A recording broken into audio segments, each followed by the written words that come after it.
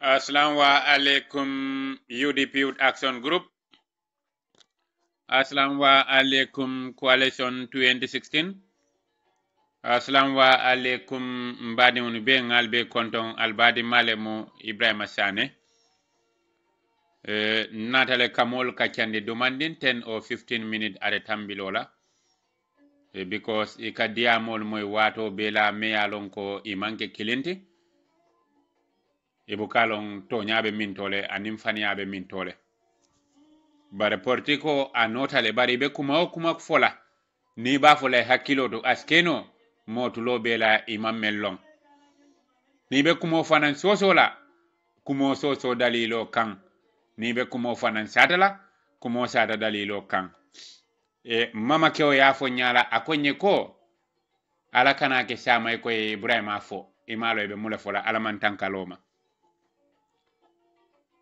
bari dia molbe siaring mol ku kilon akatu folate bulala ha Usain nim baro mantar bending baro nim Usain mantar bending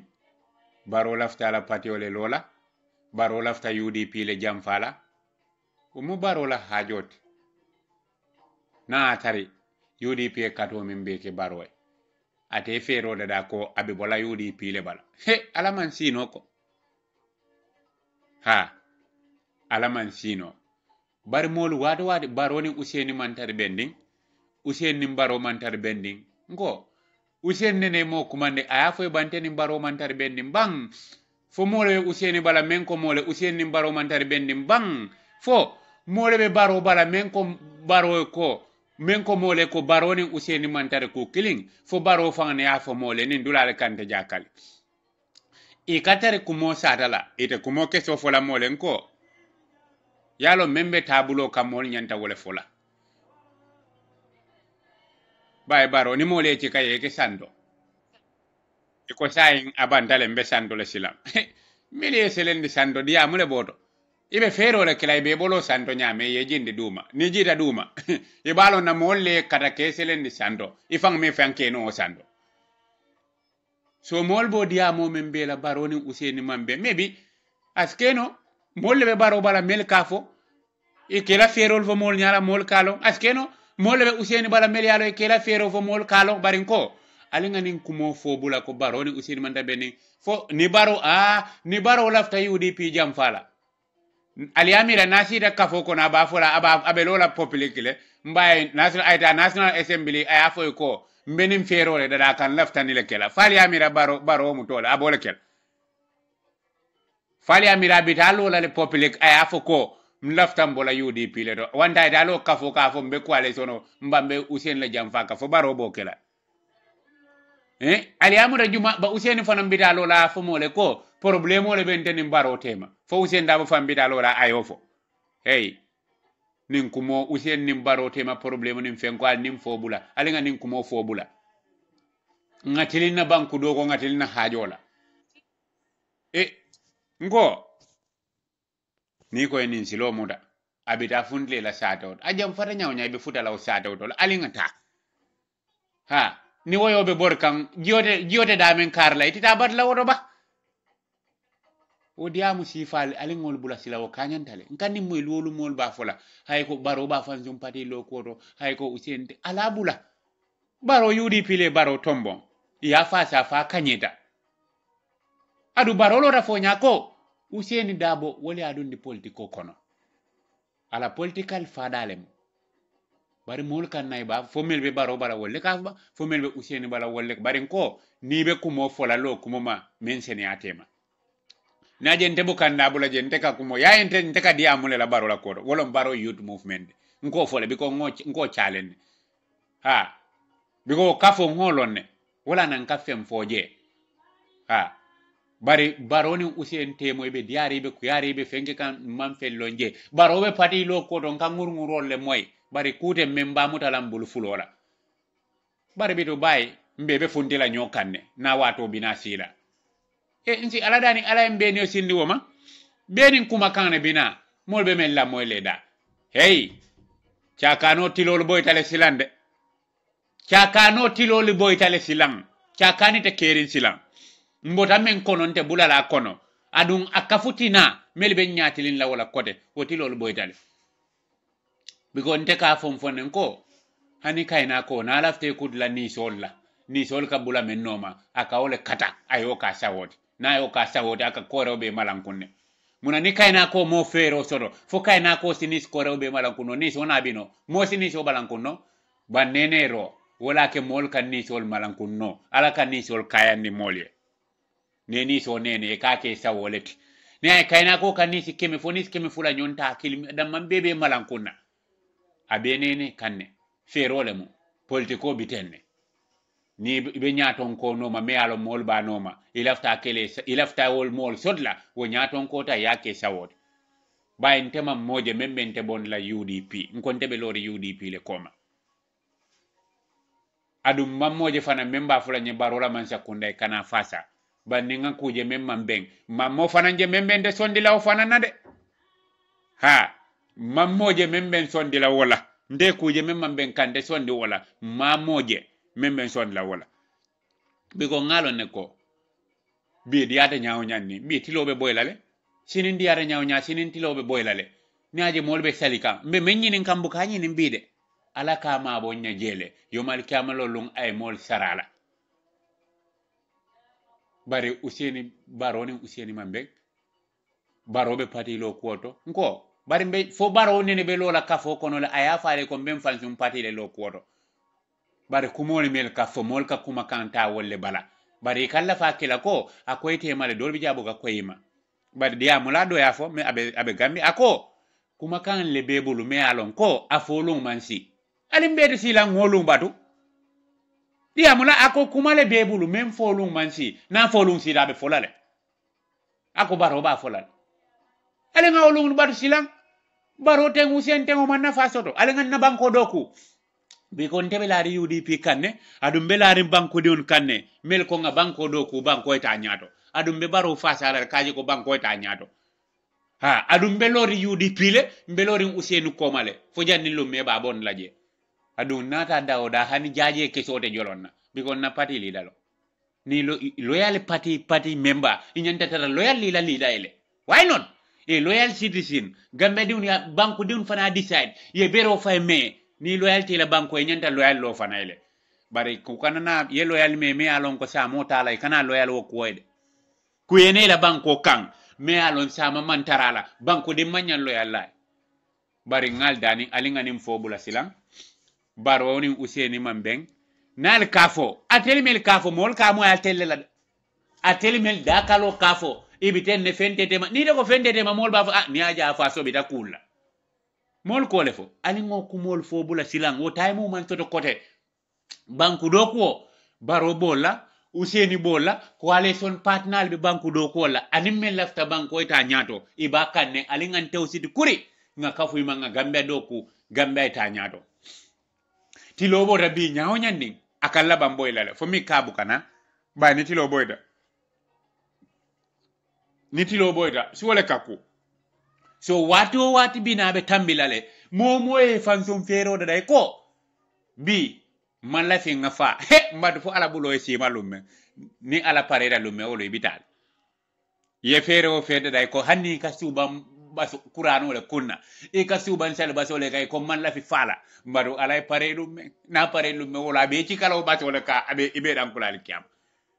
ala la ki ala buka abu buka bay na ko lume abantala bantale nene dumbu ketu jew so ali nga banko doku ni ngungunul ko woli te banna fola biko ngalo ne ko mollebe baro bala mel ka kuma fo men ka jamfa biko ngamuta diam la do la ko kuma lebe baro bulu afolo mansi ya neni ndum mo boy ko fudo muda fenne be fudo nin kon ya moy adwate hakilo ba kan ko fudo men bina kan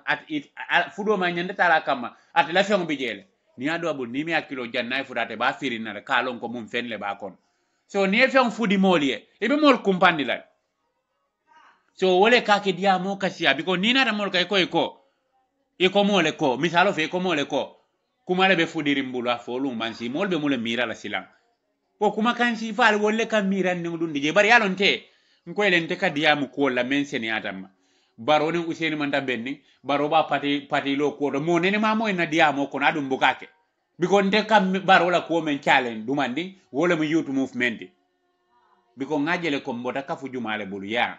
baba jobu na dai fondin kol kurkuru i ke bor ya nyato be tulunna ko fenko sa en coalition o bele baro represent ya support akanyeda ni baro kuna da fansun kafolo bi baro youth movement yamo ala minister dol na rawol fana ila youth movement lo dol fana ila youth movement lo be mule fola a folota da membe mbulo lola woto janni nga futa woto ndeka diamu wala adun ko ko le fanan ko mbukala fa ngururo mamoje membe nun lo kafo kono nko mo buka fo ndetu lo ko baye lord lalon barika baro fasa fanan ala manka sanko nday succeed nte la fanto membo ko fanan nakarlam to nakarla de ha bare me yalon ko sama ndebe la finni la ko banko mole ndin kanaro la ya fa he ite fama nyon din kurun wolle nin hande ngala vile hanni man fentun den bulu al dunia sama sini bar mol si kara faay i fama la nyinyam basara bar mol kara dia ha baroni useni be patilo koto moy barobe patilo koto barobe yudi pile jam fa koto nko ni baro ya fero dada ali nga fundilung batu nabe UDP jam fa kodo ali nga fundilung batu ali kumol bula ali nga kumol bula silam bebe dan la wala ali nga kumol ni bula fereng nga tende na country banku do ko wala ndeka dia men wala mi youth movement ya nte afon toto o kafon tije adu moten dun laje because democracy president amanyan kalo ni men den so saitan ni constitution o da me sembo di mansala ayake ni me yo yitanna wolo mbedun na youth movement na tar constitution because baro may bonle interior minister mol ko amanya abon la nga safero ke Facebook ko bankola constitution on section 72 fo 71 wole ya sembo di president na puruka minister bondi president ya lon silang fo aya bondi dalilo le kambang atele ya lon aning ala fama bondi dalilo kambang atele ya lon aning ala bay dalila man na moli anim may fati ba nata dalilo nata molbe to nya kun la straight mba fo la men nyanta kela ba bitu wobe luwale kono men wo sembo mu president fanan taleti asakele alafta mo bon la si bondi hanni banko molbe la firila ni nata jibor silo manda wo sembo bate bulle koke woton toto na karla ha o mata la sembo president na sembo le modi wala na mo ha alf ngo en take nti diamu duma la ni ngana ferol dada kamay murundi barka go force ayke loi me sembo di president na kake wo sembo wole wartantele beti banko be la loi mod so atele yalon silang atra president ne bul fo ayabondi dalilo le kambang president ne yalo fo amabondi dalila kambang itelle olon ha bar say ni ngadani amam benno ha afana ilu wale tade aman dictator yaketo ay constitution le bunya because section 71 for 72 wole ya sembodi president na ka minister bay kado kije banata nun loi bu ko toron teman semboje president soke menna ten nun konteni mode diam nte nyanta menkela nte bokela because ngafolo ko nte nyanta menkela na banko kan nte de Usain Dabo badla wala nte baro badla wala nte UDP badla wala because muleketa banko la maral bu ko nyanta wollonna ni olong ibalo na le bankol kaddo ko nyaade ani yemuru tar kolto tuba bankol tambita nyamen because history ni ay ka history men tambita because ngamo jalo lay ko ni aje ni me yalo ibukalo ibita mintol ni me tar kolo itete yalo na ba ni ko rapide be ngalo ngo he mandi nde la tar ko la muninti nga kontan le fodan la de menna misiko be ka kontane ba kora fente dunia kono men ka pile membe kontan la membe kora sila biko kan kontan ni ko ni muy yalet ha ni nga kora mo en ka kontane ba ke kora ni kan kontane ndiko ni muntel yaleti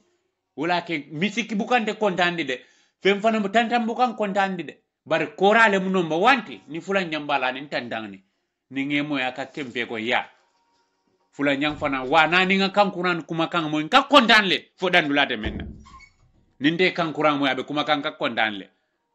biko na yale mun na chosano le mo ndatu no la koma ningatu koma mbita nyunna wandi talela wala filobe jaw yala mbota men kono woto mo nyante yalo nale mo nyanta ke ya kanle bari ntebe mol dan la mena baroni useni mantad bendi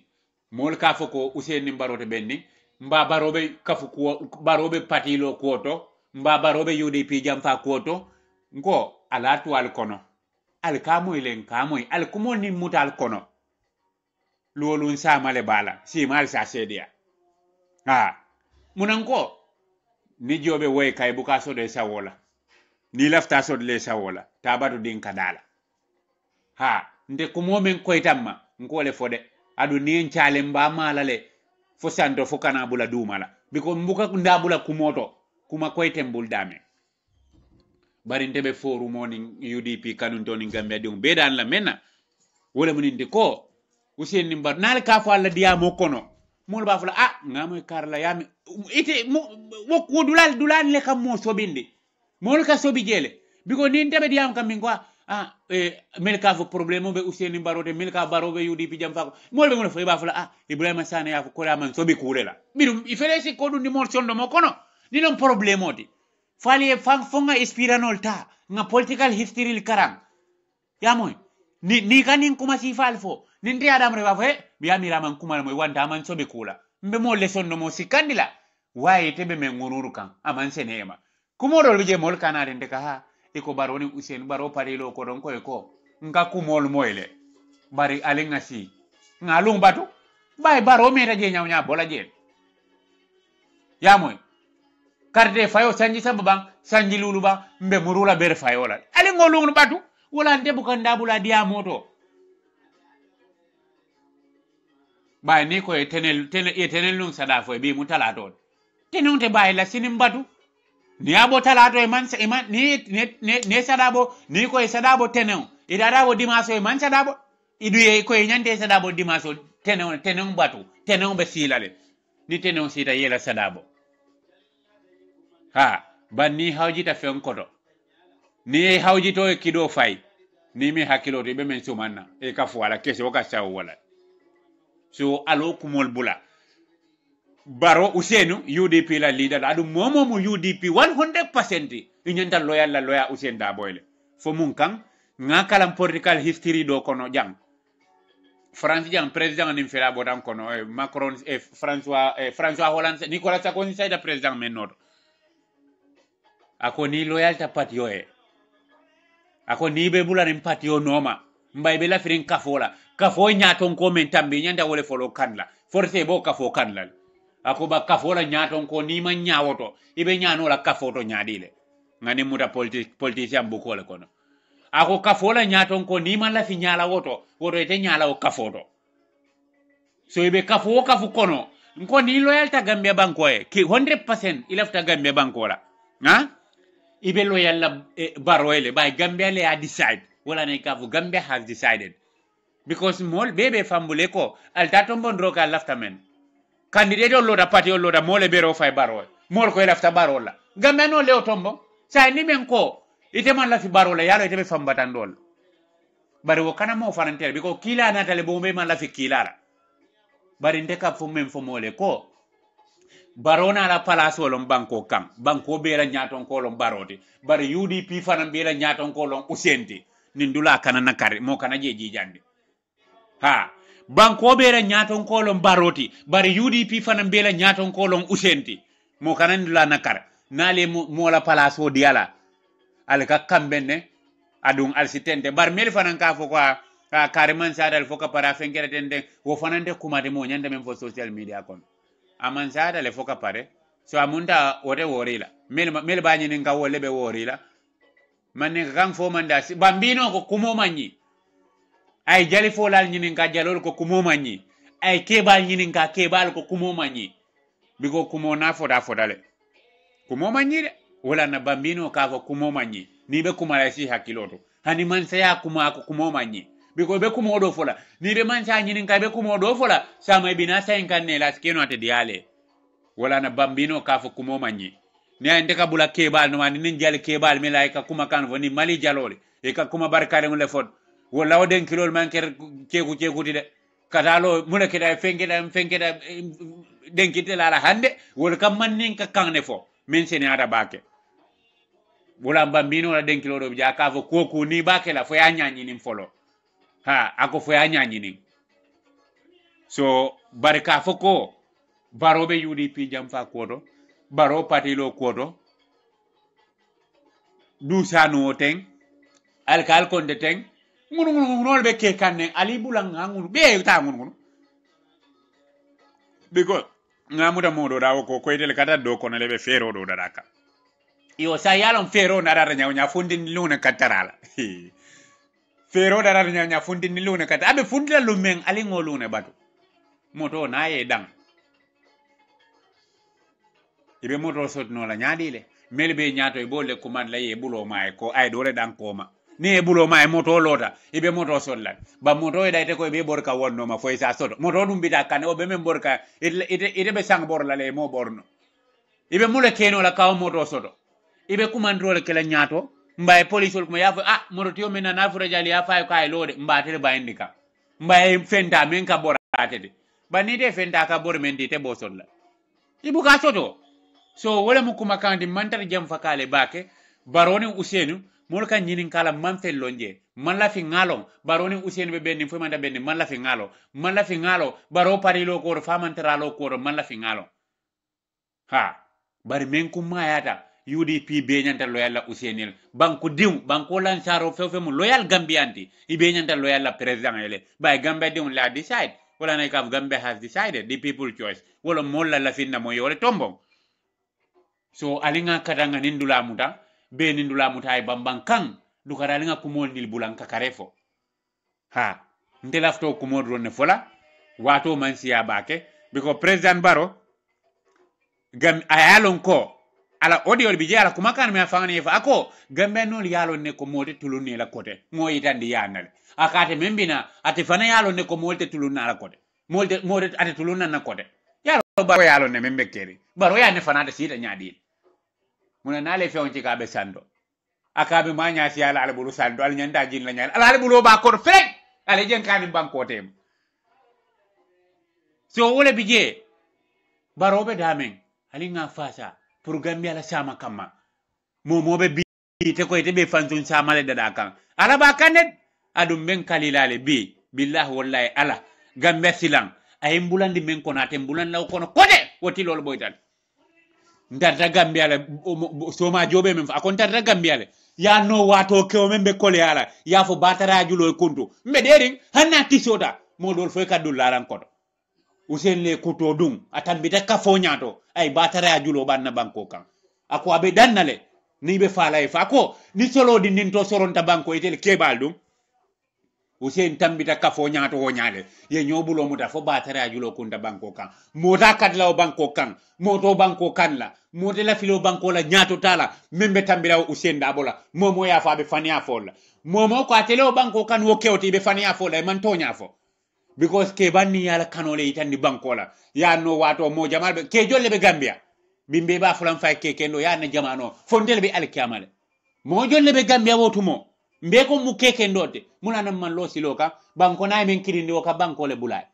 bar sanji mu wonni fula ani usen be nyobolo la gambia ballum men alsa yalo ko an tuto yalo usen suma dala mo adanya ala daro le mo lo ngakuma kelim falen tuto e kafu men tuto sa men ka pinchon inasi tulu wo ya ko mu da na tulu banilo ta fenye nunkan lumen e kalo wolo amambende ha wolon problème odi yaje useni boñal inasi ko beke bar lumme futata ilota sa nun fenye nunkan tuto fenye kunkan wolum mambende imaje wala funta biri lumme ya kekene bato ma tayti wolo ala silotale ala sembota ka fundi ka fo batara nyanta kadam banko kanne jombo banko kan la membo sila momo mafo molte gambe melbe banko kan la mole banko kan le barke la kano yitando wato la moman loya usenda bosi kila kano yitando wato banko kan moman useni si bay momi yalon ko muna mbetaman sero tarale ala janna bunda ferendiri jahannaba bunda ferendiri sai iko e kilin la kilina imare nyande tilina min dolla inyande tilina arjana la bar munana useni ye arjanna tuje wala mala bunkono tuje fereng ako mita reski tala biko alo na bitanda me abida kam mella ko wala yol faale me yol faawo fanya kilin sade fanan toto no jele ali ngatonya fo nyoy wo fanya kilin sade toto no jele ha ba ni fengera ha useni useni fama hanalo nte Ibrahima Sane kan nomba jumale yusi WhatsApp la ngo useni molo nte kan nomba me yusi WhatsApp la ni ko useni bi Ibrahima WhatsApp na ba flante molo fona e mo nyinin kad o maro nomba juma be no nte kan nomba juma yusi WhatsApp la bari nte ka to nyale fo nte be lorin to nyale kam hey kila Muhammad sallallahu alaihi wasallam birana da mol man la fal barala to nyay bu ko nakara ay min kata ka so wala le ikaida ndalante la di ibedi no men no man tole koma ni useni ko afa do ila kole man diani ala kole diano la mobe ne baro fanan ko afa ila kole man di ala kole diano banko be bare ku kilimbole senen ni kalma ko useni mbaro tema ibe bendi te bendi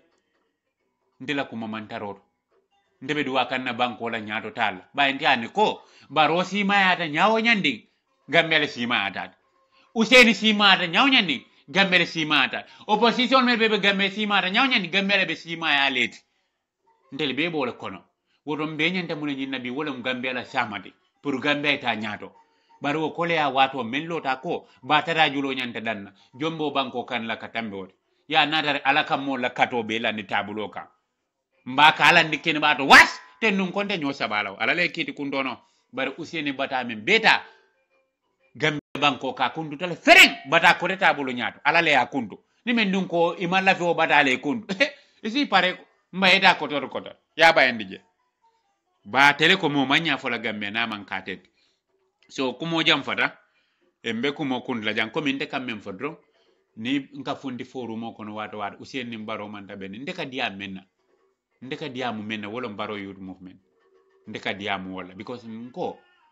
ndema banko la loi bu ko le jenko banko men wala president nyanto le tala pour ka banko mara ngonte ma je dulato me o sembodi president nko ni ngoje nte sonna wala bari biri wolu ni bite ma mo mayitanna say o mari wol mel ko fo ntema nyofo la nyini ka fede be to nyala fata biko ndeetel nyini kale ngoy ko albe ka fo mento